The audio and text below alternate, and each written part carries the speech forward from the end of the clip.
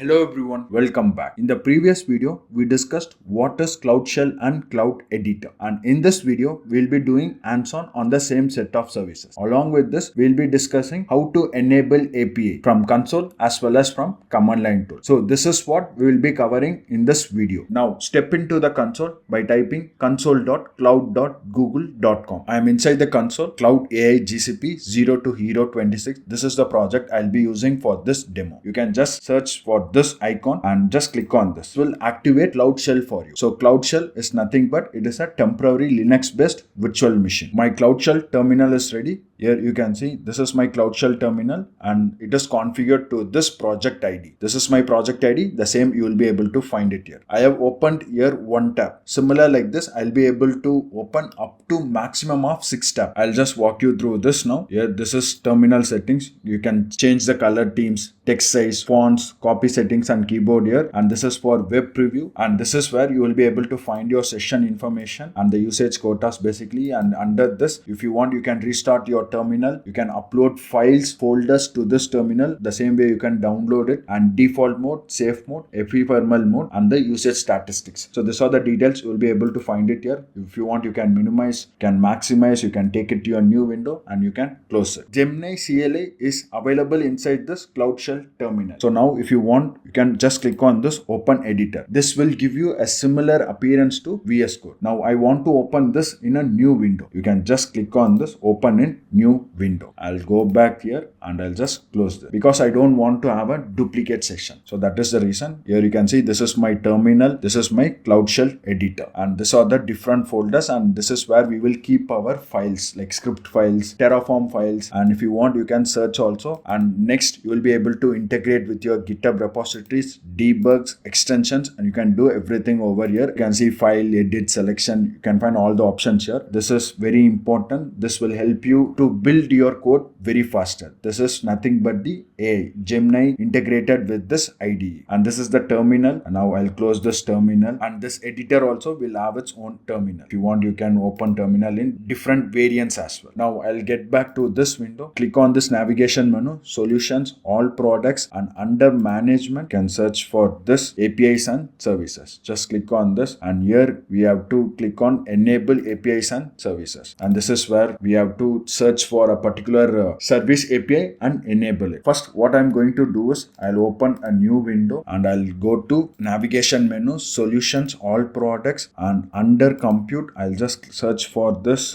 not compute, under serverless, search for this Cloud Run. So I have not enabled the API of Cloud Run, and the first thing before creating the service, the first thing is you have to enable the API. So you can just go back to your API library, search for run and hit enter. Here you can see Cloud Run admin API. It is not enabled, which means you will be able to configure the service, but you will not be able to create it until or unless you enable this API. The same goes with Compute Engine as well. Here you can see Compute Engine API. API is not enabled. Now I have to enable the by just clicking this. We have already discussed why enabling API is very important in GCP. So this will take time, and once it is enabled, you will be able to find it here. So let it enable. I'll close this window. I'll go back to Cloud Shell. I'll open this folder, and this is the document where the commands are already given here. So first thing is you can use gcloud auth login. You are already authenticated, but this is a very important and a key step. Now first what I'll do is gcloud config set project. I'm configuring it to this particular project. You can just click on this,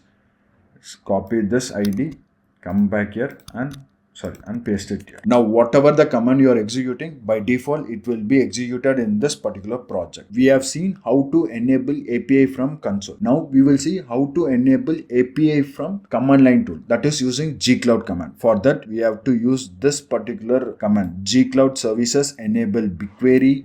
This is for Cloud Run and this is for storage. Before that I'll go back here and I'll search for Cloud Run. Previously it was not enabled, right? So I just want to make sure. Cloud Run, hit enter. enter, and this is Cloud Run API. It is not enabled. After executing this command, it should be enabled. Cloud services enabled run.googleapis.com. So the API is enabled. Now I'll just refresh here once. Here you can see it is in the enable API enabled, and it is in the manage. The same way you have to enable for all the different services. This is for compute. We have already enabled it. BigQuery, it is already enabled. Storage also already enabled. Now I have enabled for run. If you want to enable multiple services at one go, this is how you will be able to do it. G-Cloud services enabled. Now I want to see in my project what are the services are enabled. You can use G-Cloud services list. And basically this command will give you what are the different APIs I've already enabled. Now I'll just close this. So we will create a simple cloud storage bucket. So how can I create a cloud storage bucket? Using G-Cloud storage. And this is the command G-Cloud storage buckets create.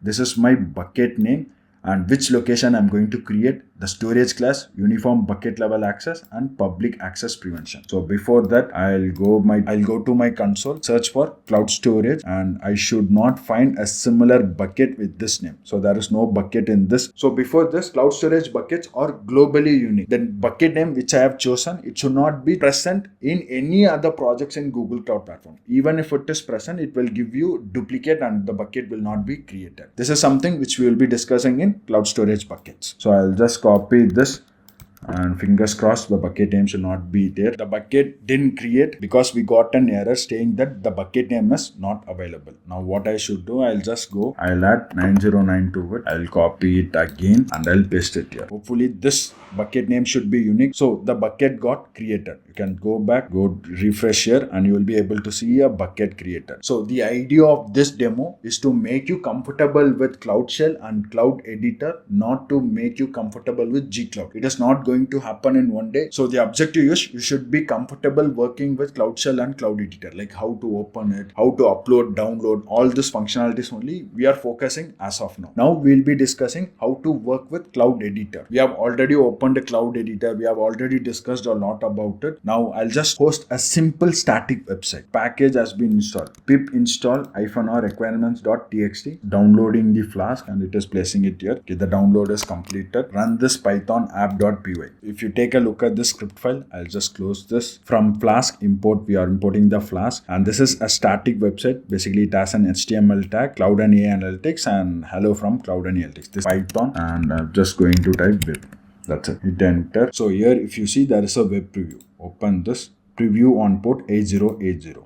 So here you can see your output. So hello from Cloud and AI Analytics. This is a simple Python Flask web application. With Cloud Shell Editor, you will be able to host a simple website as well. We have already discussed a lot about that in the previous video also. If you remember, the three things will be common between Cloud Shell and Cloud Editor. One is it is a temporary Linux based virtual machine. The next one is the storage. Here it comes with 5 GB. So all these files will be present even after the sessions idle out also, right? This will be present because it is present inside my home directory. And the third one is wherever I am present, this particular VM will be created close to that particular region. I am in India. Basically, I come under Asia. You can see it is in Asia Southeast 1. So this is where my temporary VM is running now. So that's it for this video. We have completed how to work with Cloud Shell, Cloud Editor, and how to enable APIs as well. So in the next video, we'll be discussing what are the different ways to access Google Cloud Platform. I'll see you there. Happy learning.